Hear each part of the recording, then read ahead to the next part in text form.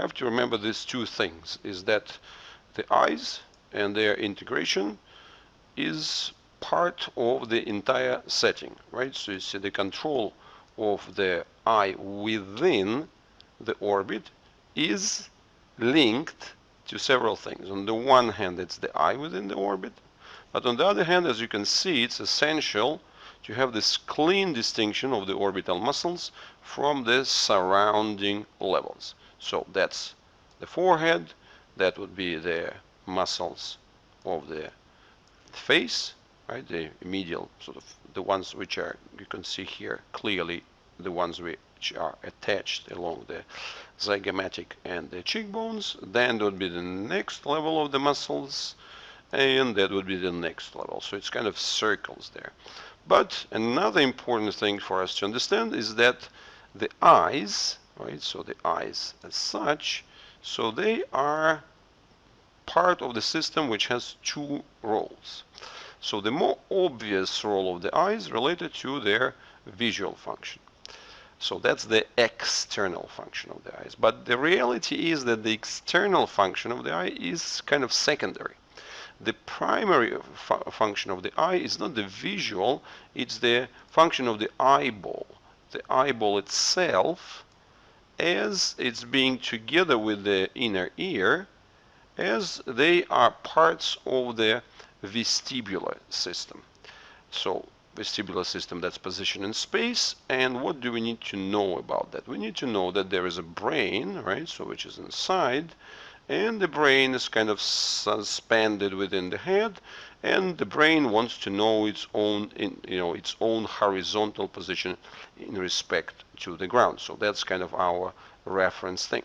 But this position of the brain inside the head is obviously linked to the situation of the neck, right? So you see, if there are any weaknesses, any sort of instabilities within the neck, that's the part which might require the situation when the brain calls for additional help. So if it cannot trust the neck, the brain will reclaim the services of the inner ear and the eyeball in order to get the additional sort of positional vestibular function. And in that situation, the brain obviously commands the eyeball to service it. Now, the easiest example of this kind of situation, well, of course, kind of a stress test, a provoked one, would be the one when, for example, you try reading in the car on a bumpy road, right? So what's happening there?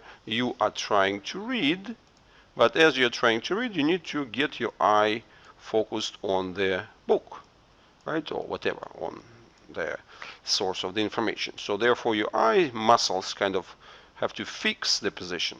So now the control of the eye goes towards the external sort of linking, anchoring.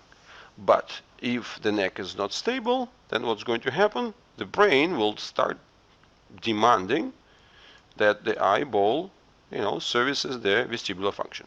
So, and then you're going to get this confusion or this kind of challenge, conflict. And in this conflict, the vestibular always wins, because that's the internal property when the brain itself as an organ kind of claims its position in space. So, and that's why what you would have in this kind of situation: dizziness, nausea, all these sort of effects. So that's really just an example to understand how the linking between the whole thing works, but also speaking of this understanding the nausea, right, and all this other stuff, that kind of starts bringing you a bit further from the neck and those relations, so it starts bringing a little bit into the digestive system. So it's a hint of the things that we are going to talk about. So that's a big picture. So that's why, what do we actually want, right? So you see, when we discuss the eye's control, when we discuss the eye control, we want the eye to be like very well suspended within the orbits, so to have the additional kind of springboard, or to be precise, maybe more the trampoline would be like a suspension system for the eye.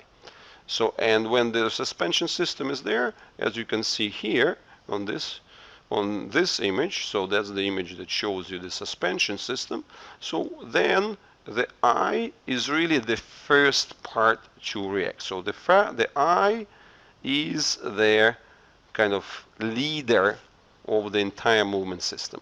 So whenever you go somewhere, whenever you do things, you lead with the eyes. So, and then the rest of the body follows, right? So you see the rest of the neck follows and so on.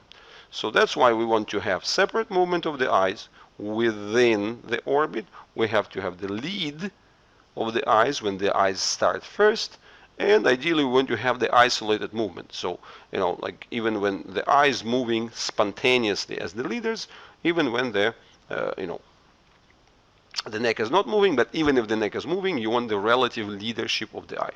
So speaking of the applications of the gel, so that's where we are looking at this bigger picture and saying, well, you know, typically what we would see here, that would be some sort of excessive, let's say, gluing or insufficient activity of the forehead muscles and fascia there. So we'll see it later because, you know, throughout his tests he doesn't show much of the forehead activity.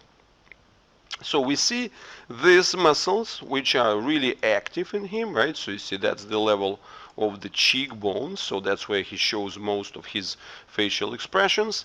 We are then also seeing that the orbital control is not that great. If we talk about the directions of laterally and downwards, but his movement upwards, that's the one which is leading. But the fact that the leading movement is upwards, that's once again links us to the neck and saying, his head has an internal tendency to tilt at the base because of the weakness deeper, but of course you can't walk around with a tilted head, so then he has to overlap that tilt backwards, which is deeper and which is directly linked to the eye, with the more superficial muscles which would be forcing his head into the more kind of straight position, so the head wouldn't be tilted, but the eye, you know, the eye doesn't lie, right? Because the eye just rotates within the orbit. So that's really the nature of the situation. So again,